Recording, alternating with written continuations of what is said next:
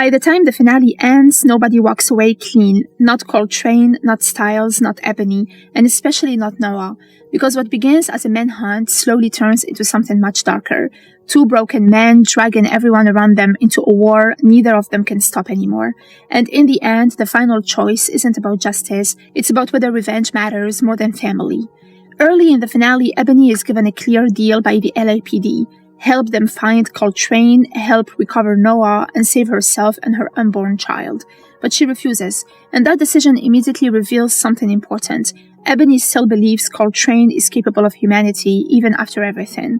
The detectives try destroying her emotionally by insisting Noah could die because of her silence. But Ebony keeps repeating one thing: Coltrane would never hurt a child. That belief becomes critical later, because while nearly everyone else sees Coltrane as a monster by this point, Ebony still sees the man underneath the violence.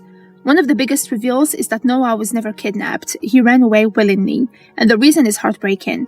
He wanted revenge for Amos Styles. This completely reframes Noah's storyline. He's no longer just a victim trapped between adults, he's becoming exactly like the men around him. That's what terrifies Styles so much, because Noah isn't acting out of fear anymore, he's acting out of rage. And throughout the finale, you can feel the cycle repeating itself. Amos died violently, Styles became obsessed, and Noah inherited that obsession. The hatred is spreading through the family like poison. The real turning point comes when Styles secretly hires outside killers to murder Coltrane. Not arrest him, kill him.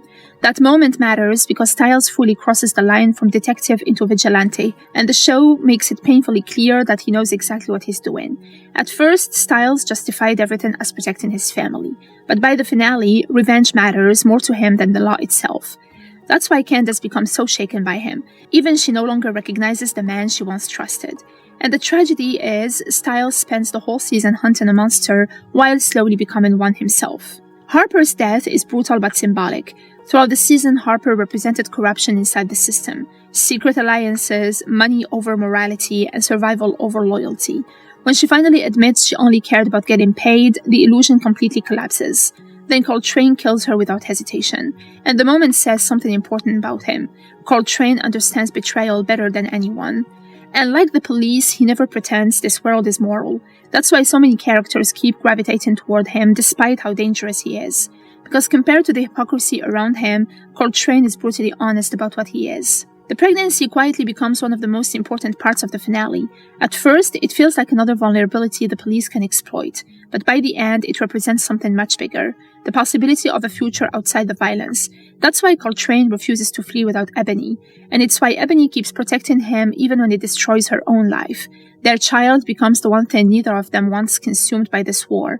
But the tragedy is, the violence surrounding them makes escape almost impossible.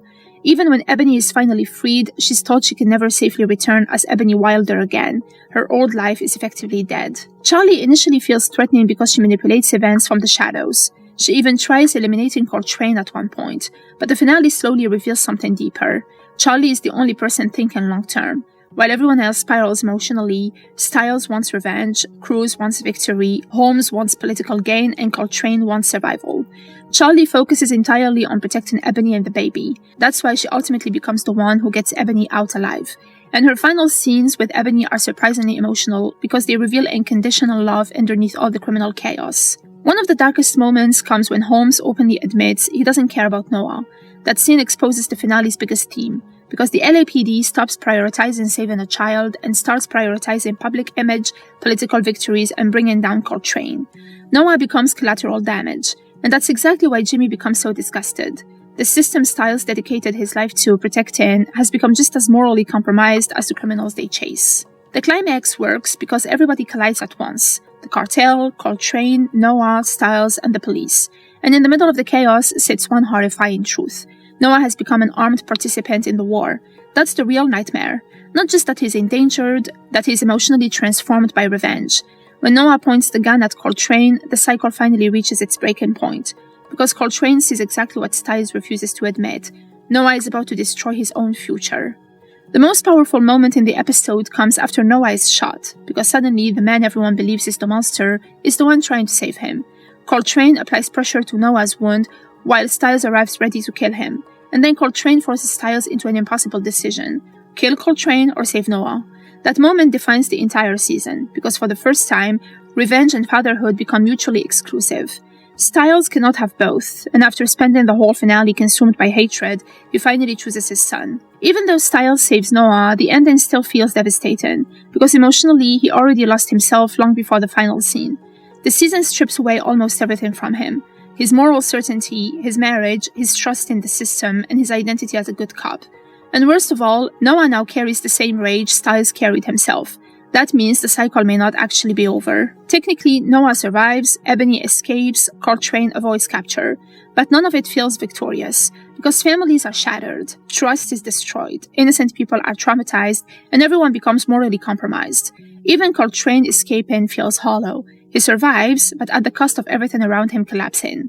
The Nemesis finale isn't really about catching Coltrane, it's about what revenge turns people into. By the end, Coltrane represents survival through violence, Stiles represents obsession consuming morality, Ebony represents loyalty trapped inside chaos, and Noah represents inherited trauma. And the final confrontation lands on one brutal idea: revenge always demands another victim. That's why the finale's most important choice isn't Coltrane escaping, it's Stiles finally lowering the gun, because in that moment he realizes something too late. Killing Coltrane would not save his family, it would only destroy whatever remained of it.